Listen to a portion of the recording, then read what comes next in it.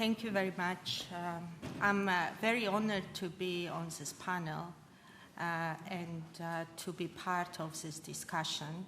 And following these presentations by panelists, it's quite interesting to present my point of view because I think there is certain generational gap in this panel, these panelists. And I have to be kind of honest in recognizing that they're coming quite from different generation. But me coming from a country like Georgia that experienced quite few revolutions, number of wars, and tectonic shift of collapse of Soviet Union, I may add few of years to my age and bring some depth to the expertise that I want to discuss. And it's also quite interesting to hear your elaborative and quite in-depth overview of your experiences.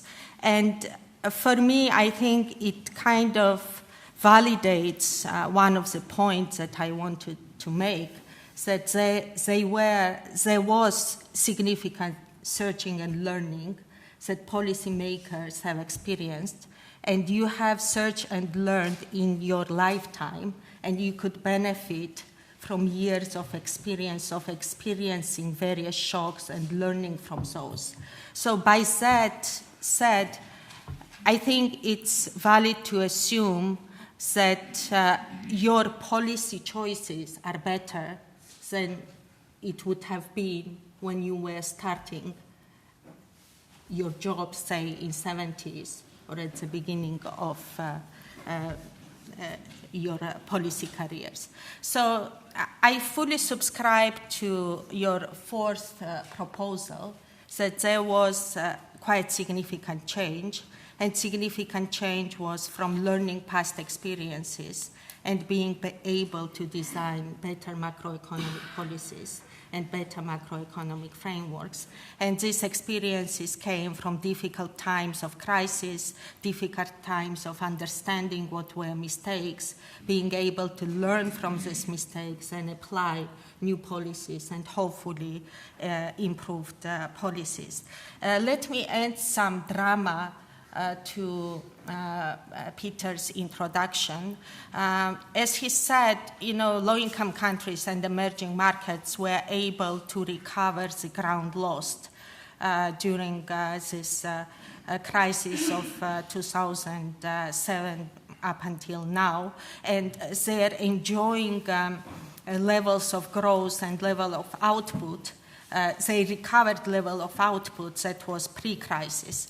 At the same time, advanced economies may permanently, or at least for some foreseeable future, remain on levels of output that are below pre-crisis levels. So it means that we are going to live in completely different world that will change the weight of economic performance assigned to emerging and developing countries more and less of to advanced economies. So it's a changing environment, and it's a quite shift towards what emerging and developing countries should be playing in the economic future of the world. So what were channels of transmission? Like, what was an impact? What were main channels of transmission of a crisis in advanced economies to developing countries? Transmission channels could have been through financial sector, through export, remittances, and foreign direct investment. Transmission channel through financial sector did not really work in emerging and developing countries, because financial sector there was not that was not exposed to the toxic assets. So they were more or less safeguarded from dramatic implications of collapse of mortgage markets in advanced economies. And as my predecessor said, banking in Asia is very much personal. So that kind of created the safeguard of financial sector in many developing countries. Main transmission channel, I think it was through exports and reducing demand from advanced economies to export markets in developing and emerging markets. And here, experience was quite varied because high-tech producers were impacted the most because consumers in US needed to get credit to buy those goods that were relatively expensive, while low-end exports have not been impacted because everybody needs to buy garments and you don't need to get credit to buy those goods. So different countries have had different experiences with exports. A third transmission channel was remittances, and here as well, experiences were quite different because countries, and it's mainly African countries that were receiving remittances from European markets have been impacted, while Asian countries have not been impacted significantly, and actually remittances held up quite strong and provided cushion because remitters were more affluent, more kind of richer Asian countries or Gulf states. So remittances also provided very significant cushion. And there was a reduction in FDI from developed world, but I will address this FDI issue later when I talk what are the kind of prospects for the future. So in that way, I agree also with my predecessors that we are living in more integrated world than before. Trade links are working, remittances links are working, and one of the advantages one of the kind of safeguards of financial sector in Asia not being impacted by collapse of financial sector in advanced countries was this personal banking business and trying to do things in old-fashioned way and know your clients rather than engage in some sophisticated derivatives market. So that said, summarizing transmission channels, I think it's important to recognize that developed and emerging markets have entered times of turbulence after years and years of macroeconomic stabilization. So they actually had a room to maneuver because their fiscal deficits were tamed and their debt levels were quite low and manageable. Actually, 2/3 of low-income countries have low to moderate rates of external debt distress. And it's quite an achievement because and it came with years of prudent macroeconomic policy management, but also a debt relief.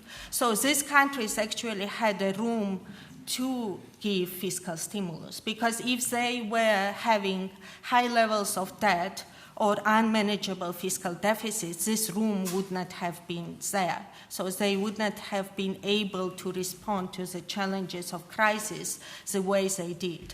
And also this crisis came after the increase in food and fuel prices.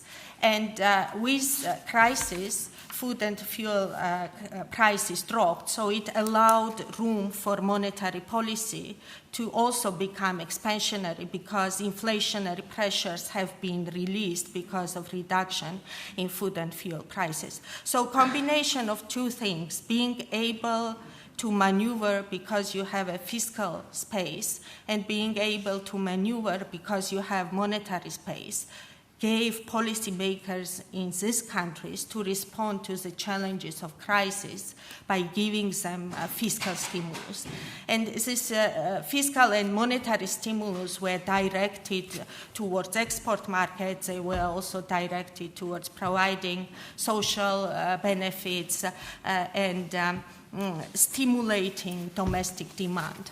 So recovery started with recovery of demand from advanced economies, but at the same time, and it's quite unusual from previous recoveries, it was supported by recovery of domestic demand in emerging and low-income countries. And fact is that people in emerging markets and low-income countries as well are becoming richer. They will be consuming more goods, and it could generate and stimulate domestic demand. That said, this domestic demand cannot really replace reduction in demand from advanced economies, because simply size of advanced economies is overwhelming, and you cannot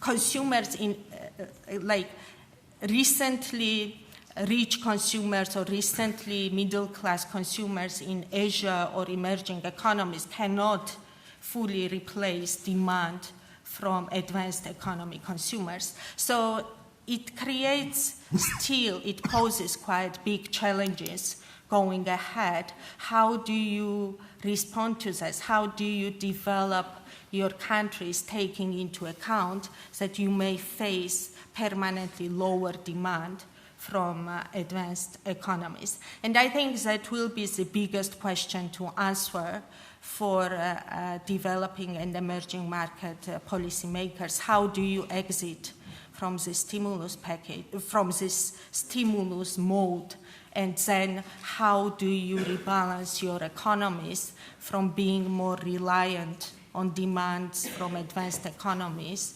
towards more domestic markets? And I think answers to those questions are still in working. One of the answers could be greater integration. Like South-South integration is quite strong and providing quite kind of engine and stimulus for development for larger emerging markets. Better regional integration among emerging and developing countries. And I think the biggest challenge that these countries would face is putting down the infrastructure that will help to cushion higher growth path and put them on a higher growth path.